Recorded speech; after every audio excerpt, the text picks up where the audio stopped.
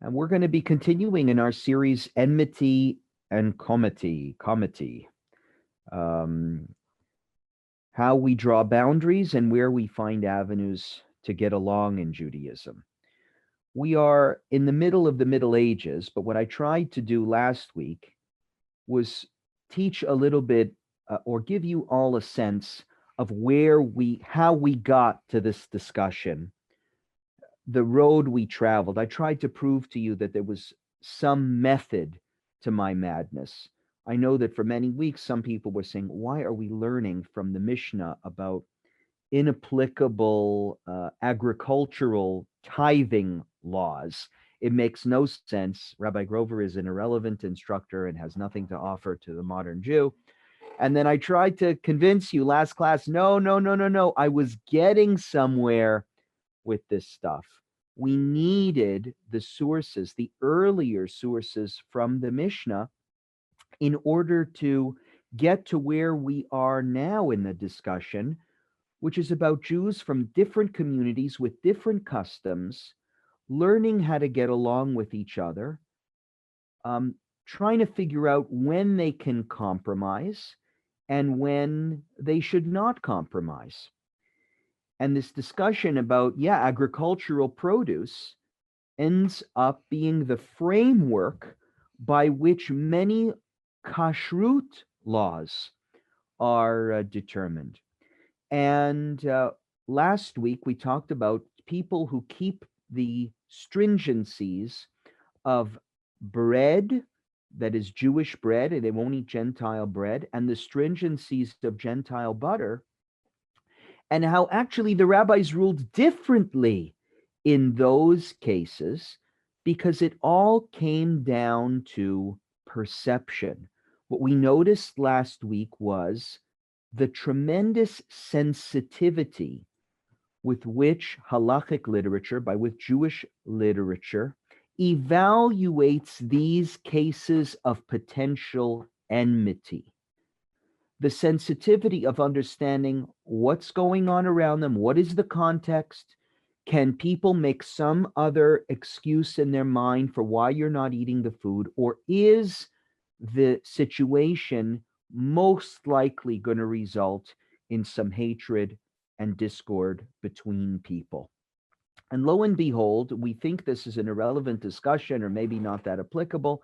And last night I went to a really great lecture that was being put on by the Zichron Dov Kollel. That's Rabbi Torchiner's Kollel, who's one of my favorite lecturers in the city. I think he's the smartest guy in the city, and he lectures for the Yeshiva University Zichron Dov Kollel, and he had a great lecture last night with two more brilliant rabbis, Rabbi Korobkin from the Bayit and Rabbi Strackler from Sharei Shemayim.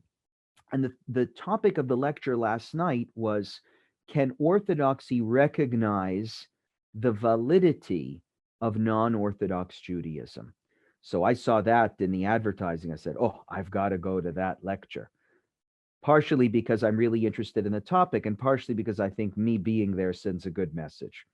But also, they were talking about this, and this issue of enmity came up. Rabbi Torchiner mentioned a modern responsum by a halachist, a very famous halachist named Shlomo Zalman Auerbach, who passed away, I think, last decade, and is considered to be a very, very strict Jewish legal mind in the Haredi world. And listen to the question that he was asked. Rabbi Torchiner mentioned this. It was perfect for our class. So I said, oh, I have to share this with everybody in the morning. The question was, if you are hosting somebody at a party or at your home, and the person you are hosting is non-observant, are you responsible for the fact that they will be eating food and not saying a bracha on the food? It's an interesting question. Should I not invite people to my house or not serve them food when I know for a fact that they will not be saying a bracha on the food that they eat. You understand, in Jewish law, partaking of food without saying a bracha is considered theft. And if I'm the one serving them the food, am I a party to that sin because I knew that they wouldn't say a bracha, and I'm causing them to eat the food by serving it to them? So am I now a party to the sin? It's not a crazy question. But Rabbi Torchiners said, and I wrote him this morning, I said, please send me a copy of it because I want to see, I'd love to share the actual response with my class. Rabbi Torchiners said his answer was, you absolutely serve the food. Now, I'm surprising that somebody so right-wing, so accepted in Haredi circles would say, yeah, you can invite over non-Jews, you can invite non-observant Jews and serve them whatever, even if they say no bracha. And what was the justification? The justification was so that there should not be enmity. In Hebrew, mipnei eva. If you invited somebody to your house and you won't serve them food, but you're serving food to the other guests, it will be so clear that there is a sense of disrespect, maybe, or so clear that there's a sense of disparagement for your guest in your home and between Jews, you will be violating a commandment in Judaism not to increase enmity between Jews, and therefore, better you should serve them food and even be party to their sin of eating it without saying a bracha. That's how powerful a motivator. This is not a joke, what we're learning. That's how powerful a motivator this is in modern Jewish discourse. When you do something that will necessarily create hatred, enmity between Jews, you are transgressing a serious commandment. And that is an Orthodox rabbi, Shlomo Zalman Auerbach, saying that to you. Now, there are people who disagree with them, who say, who cares about enmity? We have to live lives of purity, and that's it. But I like the rabbis who find ways to bring more harmony to the world, especially rabbis who are not known to be strict, who are not known to be lenient, but who emphasize this value that we are learning together. So I thought you might appreciate that this is still something being spoken of, that this is a serious topic in Judaism and affects our lives in many, many different ways. Our responsibility to bring more harmony to the community. And I think for last night's discussion at the Kollel, this was really helpful because it set the tone for almost trying to come up with other ways to bring more harmony to the community, even though we're pluralistic and we're different. Let's remember that sometimes we draw boundaries, and it's important to draw boundaries, but we can draw boundaries in a way that brings more enmity, and we should try and avoid that whenever possible. That motivating factor is what leads to all these bridges being built until we get to the Shulchan Aruch, which is where we got to last time, where we got to the topic of sharing bread. And remember the warning of the Ramah, the famous warning of the Ramah, which should have sat with you all week. I hope you were worried about this all week when the Ramah says, be careful, don't extrapolate from everything we're learning here to any other area of Jewish law. The Ramah is worried, this is where we ended off last week, about the slippery slope. If I allow people to compromise on their religious standards in this particular instance, I hope that I will not be responsible for them compromising in all other instances. One should not learn from one case to another. But one of the biggest arguments that gets thrown on me as a conservative rabbi is, it's a slippery slope, Rabbi. Slippery slope, slippery slope. I can't tell you how many times people throw at me. Slippery slope. Anytime I make some allowance for anything, If you allow that, if you allow gay people to marry, you're going to eventually allow a polygamous marriage, and you'll eventually allow people to marry their children. And it gets thrown on me at me all the time. I did not invent, and here's the proof.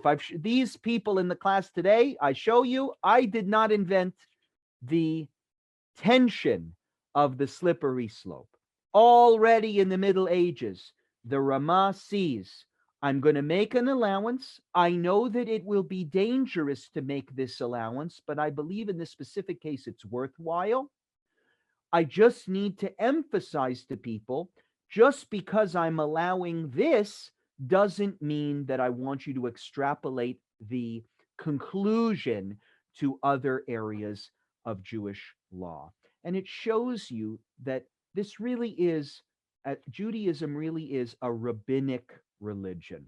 As much as we imagine ourselves to be following God's will, everything we're doing is God's will, how much clearer could it be when you have a rabbi like the Ramah who's sitting in Poland in the Middle Ages, trying to find ways for people to get along and moving the chessboard ever so slightly to make some allowances, but at the same time being careful to not loosen the cords on all the other chess pieces and keep them in place. Being a rabbi like he is, setting policy for the community involves careful moving of the chess pieces from one place to another. And I think he calls upon the community to trust in that process and not necessarily um, feel that, well, this religion is just a bunch of games that the rabbis are playing with us. It's not. There are tensions that need to be managed, and sometimes we can find areas to um, choose one way, and sometimes we can't. And sometimes the answer really is in the middle, and we have to hold on to that slippery slope. So there you have it. For those who accuse me of slippery slopes, you can accuse the Ramah too. Um, let's move on. Now that we've gotten to the Middle Ages, I want to move forward a couple of centuries and give you some examples on how the tensions between get boundaries and getting along with each other uh, increase as customs among Jews vary to an even greater degree, as more Jews spread out across Europe and different customs develop across different communities, and how Jews were fighting in the 17th century about the same things that we're fighting about now. Some things don't change. Okay, here is my screen that I am sharing with you. And do you see on your screen the responsa of the Radbaz? You see that? Gloria, you're the victim that I have on my screen. I'm not picking on you. I know you've read before. For some reason, you're when you make a column with Zoom, you're the face that appears on my screen. Zoom likes you, Gloria. What can I say? Oh, thank you very much. Okay, so the Radbaz, Rabbi David ben Shlomo ibn Zimra, probably the biggest authority in his time in the Sephardic world, 16th century. Let's see what he does with these situations that are likely to increase enmity among Jews. My friend, you asked me to offer my opinion about the fact that some of the sages do not eat some of the shochtim in the community because the latter are not sufficiently careful or because they have been the sources of treif meat. Okay, so stop there, Gloria. I hope it's okay. I'm going to keep interrupting you. Okay. Notice the progression. We started off with irrelevant agricultural tithing laws that have no significance to modern life. Okay, and I said to you, wait. We're going to get somewhere better. Then we got to eating the food of Jews that don't hold by the stringencies of kosher bread or Jewish bread, and that is that the bread had to be baked by a Jew, and Jewish butter. We got there last week. Now we're onto a whole other area. We're getting more advanced into the world of kashrut, to a matter that unfortunately is still an issue today, and that is the reliability of shochtim. Everyone knows what a shochet is. A shochet is a butcher, a kosher butcher. And there have always been issues with kosher butchers, because those of you who know about kashrut know that it is not such an easy thing to uh, butcher meat, and the biggest issue is there are financial implications in the koshering process. By that I mean, the shoichet really has to be an honorable guy, because or girl, I don't know of many female shochtim, but hey, you never know. He has to be, or she has to be honorable, because I can sell this other piece of meat which secretly isn't kosher, but I can put it off as kosher by, pretending in one way or the other, and I can make some money.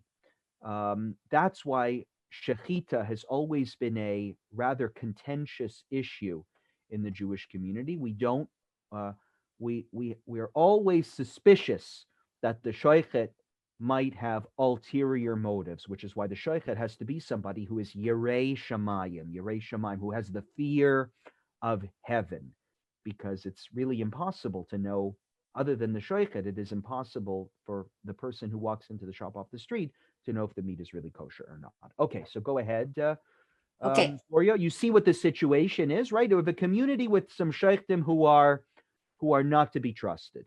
right. Okay. I heard that the shoichet. I heard that Laser Wolf is serving non-kosher meat. Okay. So when one of the townspeople invites them over, they are nervous even to eat from the utensils in which the food has been prepared, and they kosher them. Look Is at this that. So not only, look at this community, right? Not only will I'm going over to my friend's house. I'm going over to your house, Gloria, and I know which shoichet you go to. I've seen you going to Laser Wolf's butcher shop. And I know I don't trust him. When I go over to your house, you invite me over to your house. Not only do I say, don't serve me the meat from Laser Wolf, I won't even eat on your dishes. Right? I bring my own plastic dishes when I come to your house, because it could be trafe that's trafed up your dishes, right? Okay. Is this required even according to their opinion or not? You didn't Right. ask. So is this proper practice? You can see that the question that is asked of the Radbaz is dealing with a community that is really struggling with this issue of some people who consider themselves to be more pious or more scrupulous or more careful on issues of kosher meat. And this is a situation, I mean, do you all agree with me? This is a situation that can destroy a community. I mean, how long is Gloria going to keep inviting me over to her house when I tell her dishes are trafe because I don't like the butcher she goes to? A community can fall apart in such a circumstance and fracture and fracture and fracture. So the Radbaz is asked, is this required? Go ahead. Okay. You didn't ask me about the stringency itself, so I won't speak to that since you did not ask me. I'm not going to answer the question of whether a person is required to kosher the dishes in somebody's house that is suspected of serving non-kosher meat. He's not going to talk about that, right? Instead, he has a more important point to make. But it seems to me that there are several reasons why these sages should not be worrying about the utensils of these hosts, even under the assumption that this stringency is valid. Okay, so let's assume that they're right and you can't eat on the dishes. But here's why they've gone too far. Here's why they've gone too far. Let's learn what he says. First, even according to them, most of the shochtim in town are perfectly fine, and we assume that meat comes from the majority. Right. You don't know. How do you know where your host got the meat from? Right? There are many people who are shoktim in the city. You are assuming that the meal you got was served from this particular shoichet. We know that the shoktim in the city, the majority of them are okay. So we should go according to the majority because most are okay. Second, there is a principle that most people engaged with the shechita know what they are doing. Right. So this is a principle in Jewish law that says you should always give the benefit of the doubt to a shochet. There is some benefit that's given. Now, why? When I say to you, but there's so many reasons why a shochet should be dishonest, then why would we give them the benefit of the doubt that they know what they are doing? Now, here you have to know about business, any business people on the call. What's going to happen if a shoichet, and this is his profession or her profession, what happens if a shoichet is caught serving non-kosher meat? Wow. They're done. They're finished. For Their sure. reputation will be ruined. Nobody will ever go back to the store. That is why we make the assumption that the shoichet knows what he's doing and is and is competent. Not because just like there is a reason for him to be dishonest, there's another even more powerful reason for him to be honest. It's a small town. If word gets out that you are serving non-kosher food, you'll be done. Nobody will be buying their meat from you. And that is just as powerful a motivator to him as the motivator to make money. Right. To make money off selling treif. He takes an enormous risk selling treif if somebody ever found out. And therefore one makes the presumption that a shoichet knows what he's doing. Third, it is permitted to eat even from the shoichet who, in their assessment, was once the source of non-kosher meat because he will likely be competent for other acts of slaughter. This is a third reason why one shouldn't be worried about it. Because if you're telling me that there's a shoichet, that shoichet Laser Wolf is was caught serving non-kosher meat. Anybody who's caught doing it once is going to be under a microscope Absolutely. by the community, making sure that he never does it again.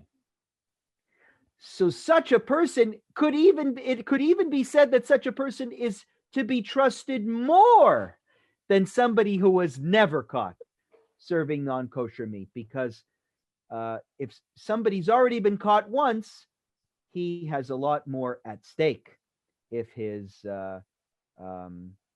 meat is found to be non-kosher a second or a third time. Okay, that's 3 reasons of doubt that are being injected into the conversation. Fourth, the flavor secreted by something forbidden is only forbidden on a rabbinic level. Now, this relates to the question of the plates, right? The dishes. You don't have to clean the dishes on a Torah level, right? A Torah level is the highest level prohibition. On a Torah level prohibition, you don't have to clean the dishes simply because non-kosher meat was served on there. You can't eat the steak. You can't eat the food.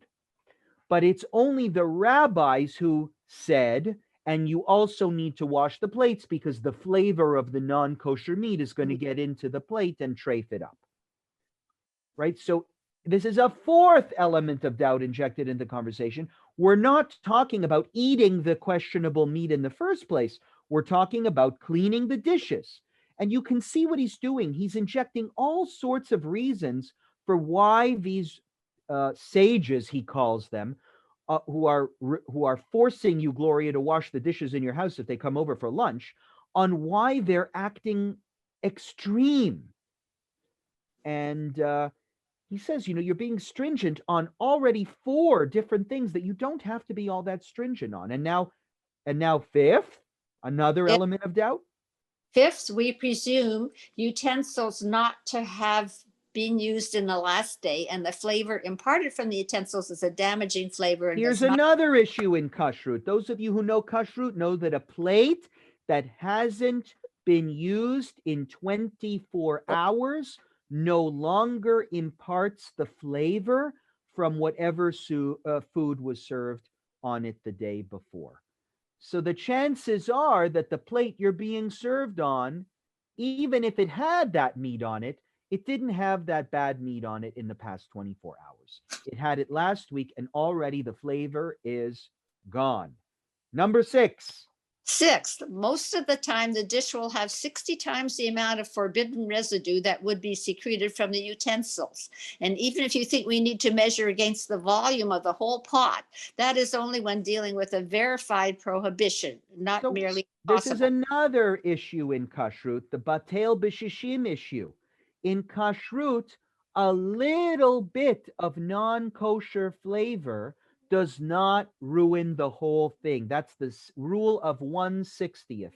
As long as the non-kosher flavor is less than 1/60th of what was permissible on the dish, then it's okay. So this is the 6th piece of doubt that he's adding into the conversation, but it's none of the 6 are the ones that I'm emphasizing. I want to emphasize this 7th one. So Gloria, let's focus on this one. What is the 7th reason? This is the big one. 7th, this is the case where we would say one should not deviate from others' practice in a way that will cause disputes. There you go. That's what I wanted to show you. Even with all of these rules of kashrut that you can rely upon, the Rabbi still mentions you are causing disputes by deviating from the practice of others. There are other people. Now, what's crazy here is this isn't about Gentile bread anymore. This is about the suspicion of treif meat. But if the whole community is buying from this butcher, don't you be the one guy who forces everybody to wash their dishes in their home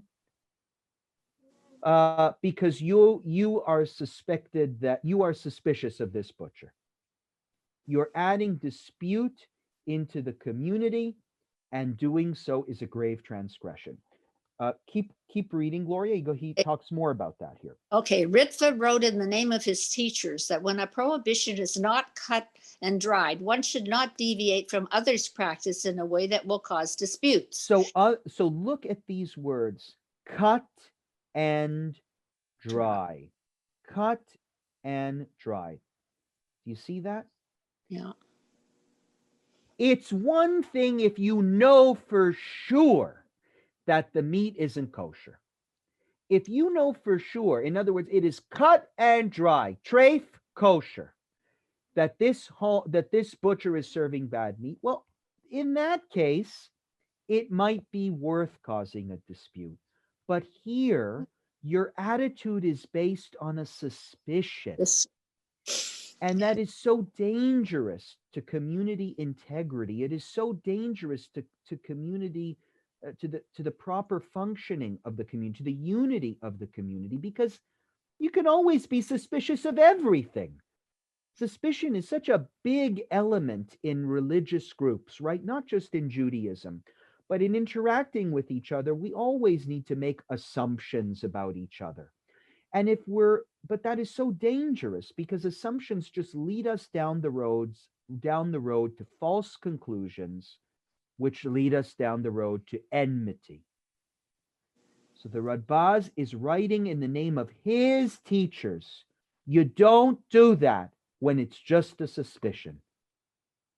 If you know for sure, fine, but don't make assumptions about others that will ultimately lead to fracturing in the community. Go ahead, Gloria. It would be better for those who are stringent. Whoop. Oh, I lost Yes, the. that's my fault. Sorry, here we are. It would be better. It would be better for those who are stringent that they not accept any invitations and make up an excuse rather than coming in and cushioning the pots of their hosts, treating them as if they were Samaritans or non-Jews or total ignoramuses. I love that sentence. It is a further proof of rabbinic sensitivity to the specific situation. The Radbaz is saying, why don't you just make up some excuse? Doesn't this remind you of the source we learned a couple of weeks ago when it said, if you go to the market and you're not working on a day when everybody else is working, don't worry about it because people will just think you wanted a day off. People will just think you're lazy. But if you go to a market and you're operating your business on a day when it's closed, you're snubbing them in the face. And that's why even though the situation is exactly the same, it's you acting differently than the community. The specifics of the context dictate whether it will create enmity or not. And that's exactly, I think, what the Radbaz is saying here. You're going over to Gloria's house and forcing her to clean her dishes? You're treating her like an ignoramus. You're treating her like a Samaritan. In other words, you're treating her like a sectarian or a non-Jew even.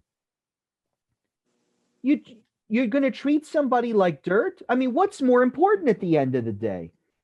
That you have a come over and eat lunch from her home, at her home, or that you treat a person with respect? Somebody gave me a comment at one of my previous classes. I think one of you wrote me an email and said, so the bottom line of your whole class is just be nice to people, just be respectful of other people. Okay, fine. Yeah, if you can break it down to that.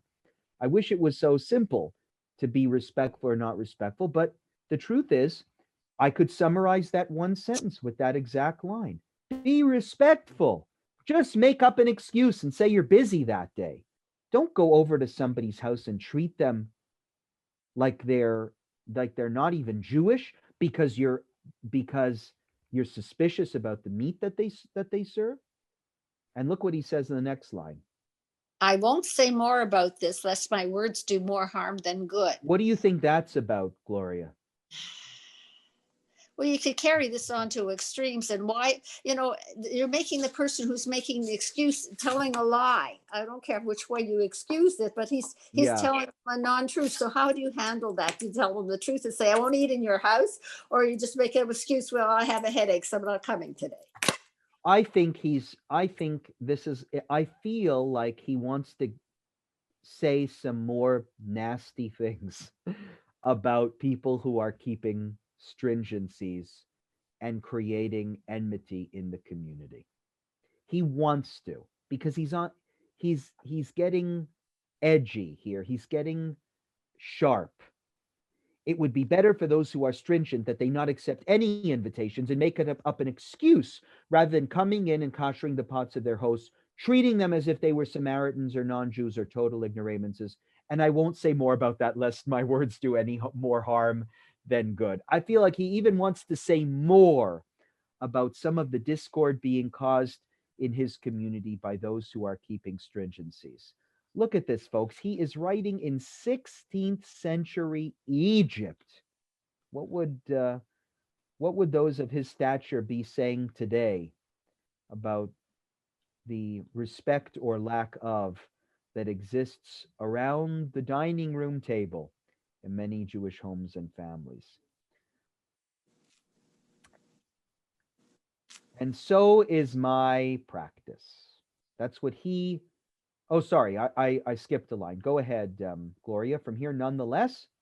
Nonetheless, with respect to the law, given that there are are all these leniencies that we mentioned, they should not worry at all about the utensils. And so is my practice. Right. At the end of the day, he says, listen, I could really go off and tell you how awful these people are who are holding these stringencies and causing division in our community.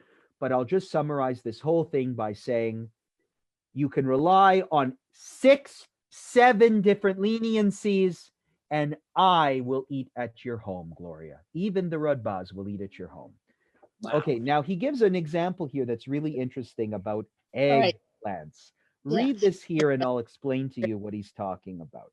And so is my practice. I am strict not to eat eggplant because it is certainly orla. This is what I have concluded from what the gardeners have told me. Okay, what's always fun when we learn together is that I get to teach you interesting areas of Jewish law that you might not all be aware of. So this is an example where we're going to learn together about an area of Jewish law that you probably have never heard of before, called the laws of Orla. They're found in the Torah, and if you remember, the rule is you cannot eat fruit from a tree in the first 3 years of its tree Yeah. fruit producing life. Okay. Some of you may have been invited to an upsharon before or have heard of an upsharon before. Okay. An upsharon is related to this agricultural law, which only applies in the land of Israel. But it's this idea that the first 3 years of the fruit are sacred, and one may not eat from it until after those years have passed, and then the fruit becomes permissible. That is called the law of Orla. An upsharon, what happens? You wait to cut the boy's hair At least 3. Until he is 3 years old, and only then, right? Because the Torah says, Ki ha'adam eitz hasadeh. A man is compared to a tree, and so it's an interesting opportune time to learn about the laws of Orla. That's where it comes from. Now, here's something. Has anybody ever seen eggplant growing in nature before? I have not seen eggplant ever grow. So thank God for Google. I Googled eggplant tree or eggplant vine, and it's really interesting. It sort of looks like it's growing off a tree. Now, if eggplant is growing from a tree, then you can't eat eggplant in the first 3 years of its growth. Now, here's something interesting that I learned about eggplant. Eggplant is only good in the first 3 years of its growth. After 3 years, you have to replant it. It's not good anymore. If you consider eggplant to be growing on the it doesn't grow on the ground, it grows off off a vine. So the eggplant then no longer needs to you no longer have to watch you no longer have to refrain, sorry, it's early in the morning, you no longer have to refrain from eating the eggplant for the first 3 years, and you don't have to worry about Orla. So the Ritva is saying, I am certain that eggplant is a fruit. I'm certain of it. I saw it. It's not a doubt in my mind. It's growing from a tree like an apple or an orange or a banana. It is a fruit. And since I know that eggplant is always harvested in the first 3 years, I do not eat eggplant. It's crazy because if you go to if you're in Israel, one of the most popular foods that you find in Israel is eggplant. Everywhere. It's left and right. So I guess the Ritva lost this argument, and I don't know anybody actually who says that eggplant is a fruit. But it does, but it does. If you look at Google after this lesson today, I encourage you to Google eggplant tree, and you'll see that he's not crazy. It does look like it's growing from a small tree. It doesn't grow tall, but you could make the argument, I guess. So, as I say, where we always learn interesting other topics in Judaism as side discussions when we get into this stuff. And here's an example: the rules of eggplant. But he's showing you, look, this is what's interesting. He's saying, I live in a community where there is a real dispute about whether eggplant is a fruit or whether it's a vegetable. And this is an active discussion in our community, a difference between what some Jews hold and what other Jews hold. So I have a problem because I have to decide whether to eat in the homes of my local friends who do serve eggplant, a food that I regard as orla, forbidden, because it was produced in the 3 years where it's not supposed to be eaten. Okay, so let's see what he says here. Okay. The plant only produces quality fruit in the first year or two and should, according to the Radbaz, be considered a tree. Right. Nonetheless, I eat in other people's homes, even though I know for certain that they eat eggplant. Now, And look, hold on. Sorry. Look at Go ahead. these words. Look at these two words here. Okay. Now, I thought that just a few sentences earlier, the Radbaz said, Yeah. you can cause disputes if the issue is cut and dry. If the issue is cut and dry, you can refuse to eat. So he's careful, I think, very much in his language here to say, this is cut and dry for me. An eggplant is absolutely a forbidden food. It is not kosher. I am certain about this. So before you read any further, Gloria, what would you expect him to have said? You would have expect him to say, I won't eat in other people's homes that serve eggplant because it is a cut and dry issue to me, and I don't care that it's causing dispute. I'm not going to be compromising on my religious priorities for the sake of community harmony when the issue is cut and dry. But that's not what he says. He says, even on this issue, which is cut and dry for me, I still eat in other people's homes. Now, what's he going to say to defend himself? And I don't even tell them that it is forbidden because its prohibition is not so clear, because Rav Hai Gaon classified it as fruit of the earth and prescribed. In other words, as vegetable. Yeah. Saying Borei Pri Hadama over it. But I concluded in another responsum that Rambam disagrees with him. I write you this so that you will understand that when someone is stringent about something and others are permissive, but the prohibition is not so clear, we should not try to change their practice. Look at that. This is remarkable to me. For him, this is a cut and dry issue. There is no doubt, because whatever responsum of the Rambam he read seems to make it clear that eggplant is not kosher. But he looks at the community and says, but some people here follow the opinion of Rav Hai Gaon. And Rav Hai Gaon, who is a commentator on the Talmud, Rav Hai Gaon classified it as a vegetable, and over a vegetable you say borei pri ha'adama. And I know many people follow his opinion. So not only am I going to eat in their homes, even though I am 100% sure that they are wrong, I'm not even going to tell them that they are wrong and that they should change their practice. Why? Why do you think, Gloria? Shalom Bayit. He doesn't want to create a fuss and That's upset. what I think too. Keep reading here. I write you this so that you will Oh, understand. over here. Yeah. Yeah. Okay.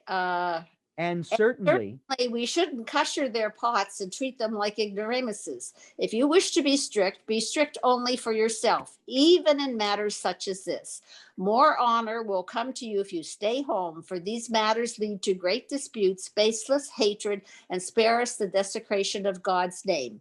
May the good Lord forgive. this is one of my favorite responsum on this issue, especially the way he ends it here, saying, actually, this even does apply when you are 100% convinced that you are right and they are wrong. 100% convinced. Look how far we got, folks. Originally, it was, well, when there was a doubt, when you're not 100% sure, when it could be from this butcher, but it could be from another butcher, when the grain might have been tithed or might not have been tithed, and not sure. Look how far he's got. Now he's in a world where he is 100% sure that what his neighbor is doing is wrong. And he still says, if you know that your neighbor is just following something that they think is right, it's not that they're doing, then do not treat them like ignoramuses. Do not cause a dispute. And his rationale is very sharp here. More honor will come to you if you stay home, because these matters lead to great disputes, baseless hatred, and spare us the desecration of God's name. Why is it that he says the desecration of God's name? I think, okay, and again, you can read this whichever way you want to, but you hired me to teach you this material, so I'm going to teach it my way. What I think he's saying is, if people see the Jews acting this way, that I won't eat in my neighbor's house because I think the eggplant is a fruit and you think the eggplant is a vegetable, what are people going to say about Judaism? What are people going to say about this religion? They're going to say, these people are crazy. This religion is nuts. That's called the desecration of God's name. They insult the Torah, insult Judaism. It's almost like he's saying, you you have to be very careful at injecting anything into a relationship that could tear people apart, because others are watching us. And part of what we have to um, bring to the world, part of what needs to emulate from Jewish behavior is peace, as you said, Gloria, harmony, neighborliness, friendliness. I understand he says that we have different practices, but when we use those practices to drive wedges between Jews, we end up bringing hatred upon ourselves and end up disparaging Judaism in the public eye.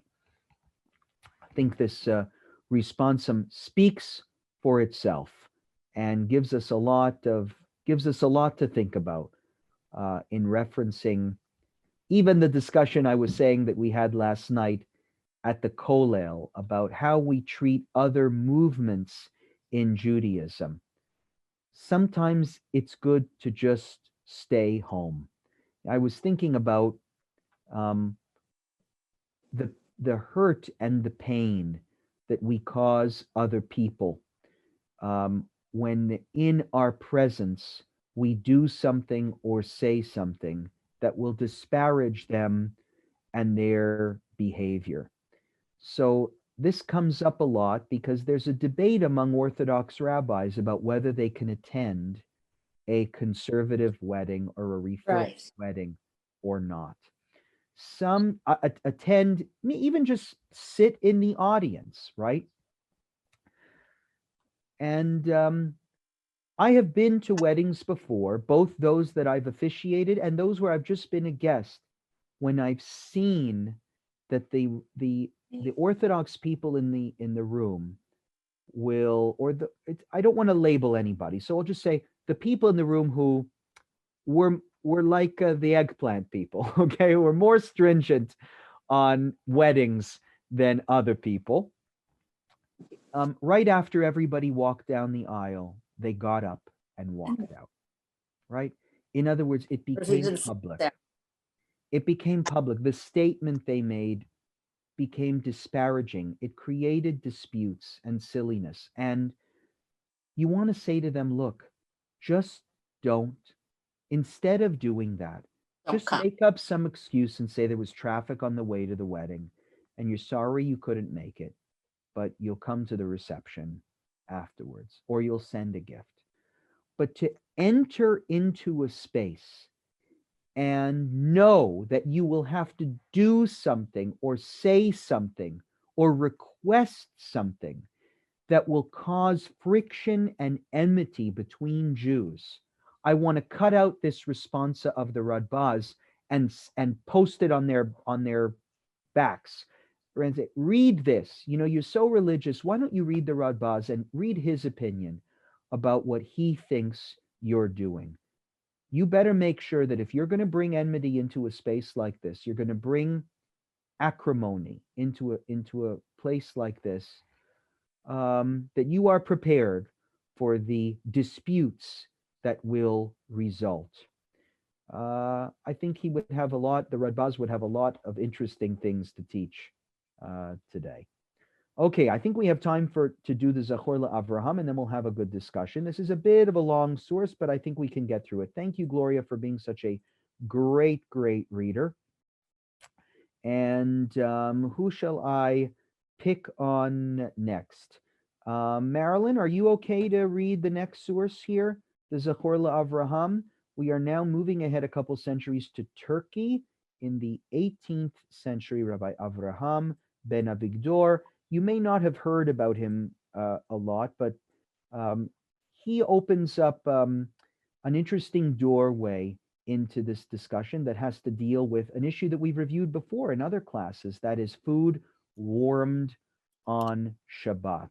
How we handle this, because this is another area where there are actually disputes, not disputes, but let's say friendly differences of opinion between some Jews and others on the issue of hatmana. Hatmana is returning food to the oven on Shabbat. That's food that's already been cooked. So, for instance, if I have a stew that Carmela served, let's say, on Friday night for Shabbat dinner, but there was a lot left over, and she put it in the fridge over Friday night, and then before I come home from shul, she wants to put it back in an oven that's already turned on in order to heat it up again. Is she allowed to do that or not? Cooking is not allowed on Shabbat. Everybody agrees if it's raw, you can't cook it. But if it's already cooked, what can you do? So there are differences of opinion between Ashkenazi Jews and Sephardi Jews about regarding whether you're allowed to do that or not. Some say you can only do it if the food is a solid, but if it's a liquid like a soup, you're not allowed to heat it up. That's I think the prevalent custom that's out there. But in 18th century Turkey, there were differences of opinion on this issue. Now you can see how that might lead to a problem, because again, I'm going over to your house on Shabbat and I want to know, is the food you're going to be serving me, if I'm a person who believes you can't heat up food on Shabbat, it's going to be a problem for me knowing that the food you served was. Go ahead, Marilyn. Okay, regarding the case of food warmed on Shabbat, where if a Jew put it back in the oven on Shabbat, it is forbidden for anyone else to eat it. I have heard people say that they have seen esteemed rabbinic leaders who were very careful never return food to an oven on Shabbat, nonetheless eat in the homes of people who were not themselves careful about this and would routinely return food to an oven on Shabbat in order to reheat it. So these And rabbis, esteemed rabbinic leaders who we know would never see, the issue is, again, this all comes back to Jews and food, doesn't it? Jews like food. And when it's cold outside, we like warm food. So this was probably the issue of reheating food, a tough sell to get people to observe, right? Everyone wants a warm meal on a cold day. I'm not cooking anything. The Torah forbids cooking. All I want to do is just reheat my food that's already cooked. Probably in the community, that was a tough sell. In other words, people were not observing that. They were reheating the food, even though the rabbis, those who were more stringent, were not. But in Turkey, look what was going on. Even though in their own homes, those rabbis would not reheat food, they would go to the homes of others who were not careful about this restriction. In other words, they were reheating food. And they say that the great Rabbi Ephraim Navon once ate Shabbat lunch in the house of one of the prominent magnates of the town, and they put a special bowl in front of Look at only this is him. a great story. This is the story of it's a non-kosher wedding, and the kosher guest gets a delicious Air Canada quality steamed whatever from, actually they're good now, the meals they serve you. They've done, you get a much better meal now, usually from a nice caterer, because they feel bad that you have to unwrap your food in 18 layers of tin foil before you eat it, and all the other guests just get a proper looking plate. So this is the story of, you're at a wedding, you got your food from the kosher caterer, someone offers you the meal, and look what happened. They put a special bowl of food in front of Rabbi Ephraim Navon. He asked the magnate, "What is this?" He said, "Because my Lord doesn't eat from things that were heated today." So look what happened. This is not an issue of kosher and non-kosher. It's an issue of hatmana. Our food is warm. But you, Rabbi Ephraim, we know that you're more strict on this. What a beautiful example of community harmony. They make an extra effort to serve Rabbi Ephraim Navon cold food because they know that he won't eat, isn't comfortable heating up food himself. But look what he answered. The rabbi answered, "When I am in my house, I eat what I please. Here, I eat what you eat." Look at that. When I'm in my house, I eat what I please, but here I eat what you eat. What a mensch. That's a nice guy. Says, I'm here. I'm not better than any of you. You're going to eat this food. Listen, it could have been a really cold day and he just wanted a hot meal. But I think the moral of the lesson, the moral of the story here is, when you're in somebody else's house, look at the examples of community harmony that are going on. I'm going out of my way to make you comfortable. And not only that, Rabbi Navon is going out of his way to make me feel comfortable. The rabbi answered, "Oh, I said that. No.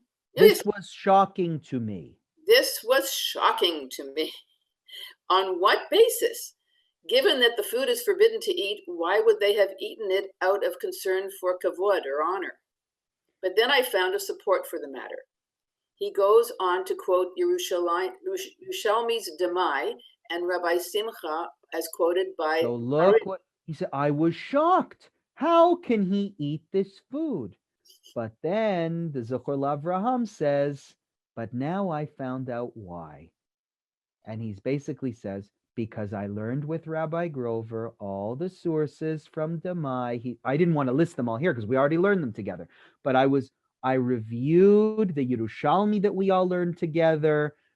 In other words, all of these examples of food that issues that are suspicious, and still being able to eat together to keep the harmony of the community together and to prevent discord and enmity. I learned all those sources. I took Rabbi Grover's class, and now I see why he ate the warmed food that he normally would never have eaten in his home. He was concerned that if he would eat the cold food, that the guests would think to himself that they're not good enough, that they're inferior. And he didn't want that feeling to exist, even though the guests went out of their way to serve him that special meal in the first place, right? But so concerned was he for harmony in the community that he said, when I'm in your house, I eat what you eat. Now we must understand, what proof is there really from Demai to justify eating Gentile bread? We might say that the permission to eat something forbidden for fear of enmity is specific to Demai, because it is only a doubtful prohibition, and not even really a true doubtful prohibition, but a mere stringency. But after pondering it further, it seems that we should think of it exactly opposite. Given that Demai is not really a case of doubt, and the sages nonetheless forbade eating it, one who eats it directly contravenes rabbinic authority. Therefore, it is the same with respect to our case, where there is a concern that it was heated on Shabbat. But in any event, the Yerushalmi there is an explanation of the Mishnah's permission to eat food from someone who is not reliable with respect to tithing, provided that the guest asks and the host answers that the food had been tithed. Right? If so, how can they bring a proof from there to permit eating Gentile bread in a case where one knows that it is Gentile bread? Therefore, it seems that even Rabbi Simcha only permitted in a case where the guest is uncertain whether the bread brought to the table is Gentile bread. But if the guest knows for certain that it is, he may not eat it. So there is here a withdrawal from the permission to eat of damai, right? Damai, remember, for those of you who missed those classes, it is produce where we're not sure if the tithe was taken from that produce or not. And then we're eating in the home of somebody who is eating damai. Are we allowed to eat in that home? And of course, we learned that for fear of enmity, in order to prevent enmity, we are permitted to eat, right? But he says something here really interesting about damai, and that's why I thought this source would be really good. He says, after pondering it further, this is what we should think about damai. Damai is not really a case of doubt. Why is it not really a case of doubt? Because it's a mere, he calls it here, it is a mere stringency. We don't really need to be concerned with tithing. It's just a stringency in this matter, and that's how we should regard it. Why shouldn't we be concerned with tithing? Because nowadays, we don't really need to tithe our food anyway. It's not something that is required of us. We're just doing it in order to remember an ancient practice. So look at it this way, he says. It's not really a case of doubt, and the sages nevertheless forbade eating it. One who eats it directly contravenes rabbinic authority. If you eat of the damai, it's only a rabbinic level prohibition that you're violating. And here, with the case of food heated on Shabbat, it's the same thing. It's a rabbinic level stringency.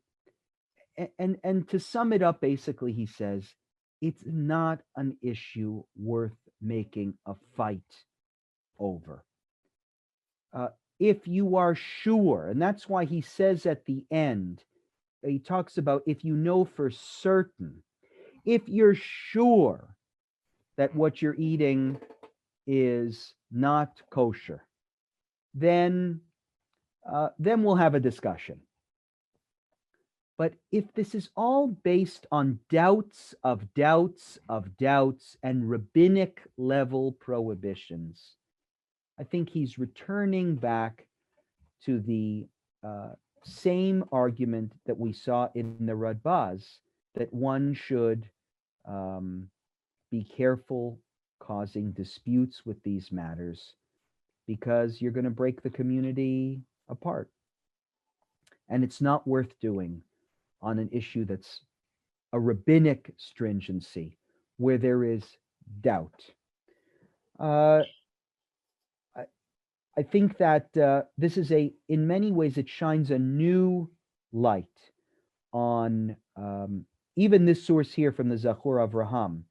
It shines a new light on this discussion, because the guests, it seems, would not be offended by Rabbi, like, let me put it this way. If you come over to my house and I know you are a vegetarian and I'm eating a corned beef sandwich, and I make for you a tofu sandwich, how would I be offended if you eat the tofu sandwich? Like, I went out of my way to make you feel comfortable. That's not creating enmity. That's making sure there's comfort for everybody. But this source says that Rabbi Ephraim Navon, when he would come over to my house, and let's say he was a vegetarian, he would even go further and say, I'll eat the corned beef. I'm not going to eat the tofu sandwich, because first of all, tofu sandwiches sound disgusting. But also, I don't want you to feel like I'm disrespecting you. I don't want you to feel like me being a vegetarian is somehow a judgment that you are a bad person because you eat meat. The example that's being offered in Zachor Lav is really incredible, because to me, it's about both sides working in the same way, giving each other subtle messages that I have my thing in my house, I got my shtick in my house, you have your shtick in our house, in your house, but we will eat together. And nothing is more important than our ability to share a meal together. Right? Even you going, it's not even enmity, because there is no enmity here. I went out of my way to serve Rabbi Navon the meal that he would be comfortable with. I'm not going to be offended if he doesn't eat our food. But Rabbi Navon could say, well, maybe if I eat this cold food, maybe they'll think that I think they're worse Jews than me. And I don't want them to think that. And I want to give them a message of unity and family. And I'm gonna ingrain that message. I'm going to strengthen that message by even eating their food, which I normally would never eat in my house. So I really like this example. And I think it takes the discussion further. We not only have an obligation to prevent situations of enmity, this source almost says we have an obligation to do everything possible to cause feelings of harmony.